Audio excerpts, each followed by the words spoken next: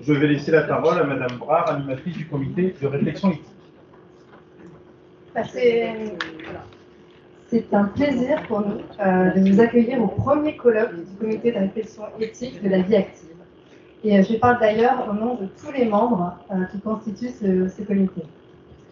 Ce comité est né maintenant il y a 3 ans de la volonté des administrateurs de placer l'éthique au cœur de notre association.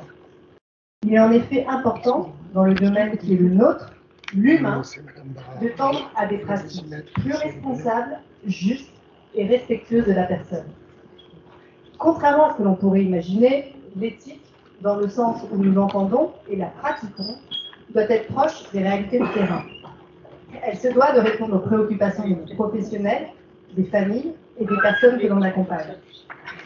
Nous pensions à la création de notre comité éthique que, faute de sollicitations, nous devrions nous autosaisir sur des sujets de réflexion. Il fallait bien que nous parlions quelque chose quand nous nous réunissions, le Scrabble à ces minutes. Et à notre grand étonnement, nous avons été saisis à de nombreuses reprises. Ce sont les directeurs d'établissement qui nous ont le plus sollicités. Ces derniers sont parfois confrontés à des problématiques qui ne peuvent pas se résoudre seulement par le droit, car la dimension humaine de certains aspects est centrale. C'est un directeur d'ESAT qui nous a saisis sur la question de la transidentité à propos d'un de ses travailleurs. Les personnes qui connaissent les ESAT, les établissements et services d'aide par le travail, savent que ce sont des établissements avec une majorité d'hommes où les notions sur la virilité sont bien arrêtées. Alors forcément, la question de la transidentité n'a pas été simple à traiter par la direction. Comment accompagner au mieux cette personne qui sortait du cadre traditionnel des ESAT? Comment gérer les questionnements de ses collègues? Comme nous le faisons à chaque fois, lorsque le comité éthique est saisi, nous avons questionné l'ensemble des 90 établissements et services de la vie active sur la question de la transidentité.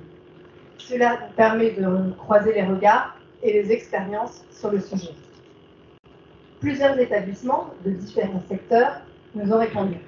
Secteur personnes âgées, secteur social, secteur travail, secteur adulte. Preuve que ce sujet, qui n'était encore que peu abordé il y a quelques années, prend aujourd'hui de l'ampleur. Et votre présence aujourd'hui, sur les bancs de cet amphi, en atteste. Force est de constater que les personnes transgenres peuvent vivre leur transition et leur identité un peu plus dans la lumière qu'il y a encore quelques années. Le grand public est un peu plus sensibilisé grâce notamment à des articles de presse ou des reportages télé. On peut aussi trouver des informations sur Internet et en termes de prévention, des campagnes de communication commencent à être menées en accordant une attention croissante aux minorités et à la diversité. Il ne faut pas croire néanmoins que tout est rose, loin de là. La transidentité représente un facteur de vulnérabilité très important. Mais parfois, des rayons de soleil apparaissent et Madame Co en fait partie. Nous avons la chance d'avoir aujourd'hui Madame Co, maire de Tillouane-les-Marchiennes, première femme trans de la République. Elle nous fera partager, lors de la première table ronde, son quotidien et sa vision de la place de la transition d'identité aujourd'hui. Madame Gendouz, directrice d'EHPAD, a également accepté de partager son expérience. Contrairement à ses collègues de la vie active, elle n'a pas eu à accompagner un résident dans sa transition, mais un membre de son équipe. Elle nous expliquera comment cela a été perçu par ses salariés, mais aussi par ses résidents, qui sont âgés en moyenne de 85 ans et assez peu habitués sur le sujet. Maître de Coq, enfin, nous fera l'honneur, et je l'en remercie, d'apporter un éclairage juridique sur cette question qui ne cesse d'évoluer depuis plusieurs années. Lors de notre seconde table ronde, nous aborderons avec Madame Siane Lassonde-Vivre, formatrice et consultante, la question centrale de la formation. Sachez que nous avons beaucoup de chance de l'avoir, car à l'instar des ministres et de la Rajada, le sien est tout aussi chargé. Comme je l'ai évoqué, c'est un sujet qui prend de l'ampleur. Madame Cornu, du secteur adulte, et Madame Bénin, du secteur social, nous parleront de leur expérience en ce domaine. Car pour accueillir et accompagner des personnes transgenres dans la bienveillance, surtout dans le secteur social et médico-social, il est indispensable d'avoir les bonnes clés et les bons messages. Madame Skotarek, conseillère technique de la rectrice de Lille, nous parlera également de son expérience en la matière et les problématiques qu'elle rencontre. Quand on a 3819 écoles et établissements scolaires, 788 600 élèves et 80 500 personnels, Bon, tout de suite, c'est problématique. Donc, la formation et le sujet prennent une autre ampleur. Monsieur Zigard, docteur en philosophie et membre de l'espace éthique, viendra clôturer notre colloque. Alors, comme je vous l'ai dit, nous sommes un jeune comité éthique et recevoir le soutien de l'espace régional d'éthique est pour nous très important.